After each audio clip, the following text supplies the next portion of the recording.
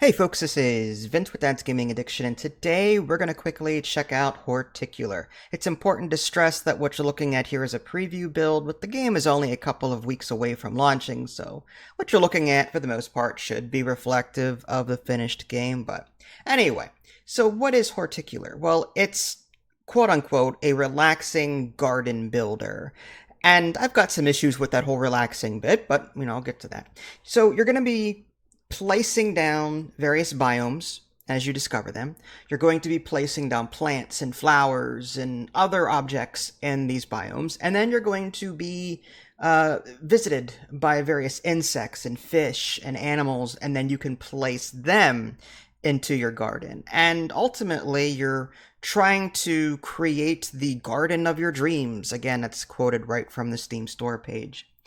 And it's so far I'm having a decent time with it, but there's a couple of things that irk me with it. First and foremost, when you first start this game, and I'm still experiencing this, the game will not leave me alone to play the actual game. Every 2 seconds, there's mail coming in that I have to read. I've spent more time reading letters than I have actually playing the game. It's just super annoying. Just let me play the stupid game. I don't want to have to read these letters all the time. There's a lot to the game, to be fair. I know it looks simple. It's got those roller coaster tycoon-esque graphics. But there's a lot to this game because there's, again, like I said, different biomes and different insects, and this particular insect likes these particular traits, so you need to put objects that have these traits.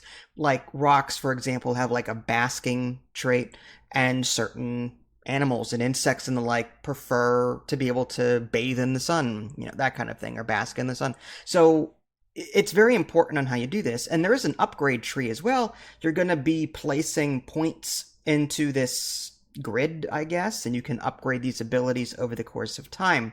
You also have these gnome helpers, I guess, and they will go around and heal your plants as they get sick. There's like corruption in this game, so yeah, they're going to be going around doing stuff for you.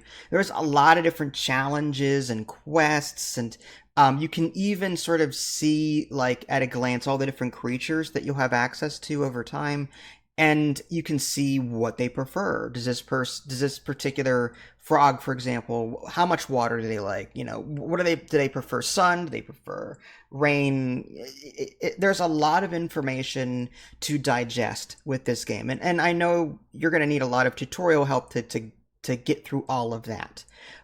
But that being said, I would still love to just how about slow it down a little. Every time I'm trying to do something on what I just learned, like the game is throwing something else at me to quickly do, and that's annoying. I just let me take the game at a slower pace without having to deal with all of this. But like from a gameplay standpoint, I'm enjoying it because I like the idea of creating different biomes and throwing objects down and attracting animals and insects and fish.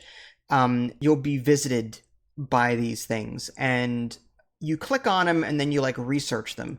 Every time you click on an animal or whatever that's visiting, you gain research toward it, and then when it's 100%, next time it visits, you can actually place it into your biomes. Now, here's the thing that I don't like. There are habitats in this game, okay? And whenever you go to place a creature, you are going to put it down somewhere, and there's typically like an ideal spot for it at the time. But I didn't know what I was doing when I first started, and I put the bee, I got a bumblebee as my first creature, and I put the habitat down like near my house or whatever. And then I discovered that it wanted a 5x5 grid of like flowers or something. So I'm like, well, can't I just move the bee to the flowers and make it its new habitat? Apparently not. There's no way to move a habitat once you've already placed it. And that kind of goes against the whole idea that the game is advertising, build and expand the garden of your dreams. It's written right on the Steam store page. Well, why do I have to move everything around this habitat? Why can't, I have to move my house. I have to move the garden. I have to move the water. I have a patch right there. I just want to pick up the bee and move it. Just move the habitat down to the 5x5. Instead, I've got this quest that I've had for the last 3 hours because like I just can't complete it because I refuse to move my crap. You know what I mean? I shouldn't have to move around the habitat. I should be able to move habitats to areas that I've already built and designated. I find that stupid. So like this game irks me in different ways. Also, the save system, you cannot save midday. If you try to do that, you lose all your progress for that day. So I like what the game is doing. I really do. I love that. It's cute. It's semi relaxing. It's not fully relaxing. It's semi relaxing, and there's a lot of depth to this game, and I can see me getting a lot of playtime out of this, but for gosh sakes, let me move the habitat. Let me save midday. Let's get some quality of life things introduced to this game to make it less daunting. I spend a lot of my time fighting the interface, trying to figure out where things are, and it gets frustrating sometimes. Like, this game is too complex for its own good sometimes, and it doesn't do a good enough job telling me what I need to do. It's just there's information overload with the emails and the mail, but even then, I still can't understand certain things. I can't find information quickly as I need to find it. So I do like this game and I do recommend it, but I still think it needs a little bit of work. But it's still an interesting game nonetheless. That was Horticular. This is Vince. Thanks for watching, and I'll catch y'all next time. Take care.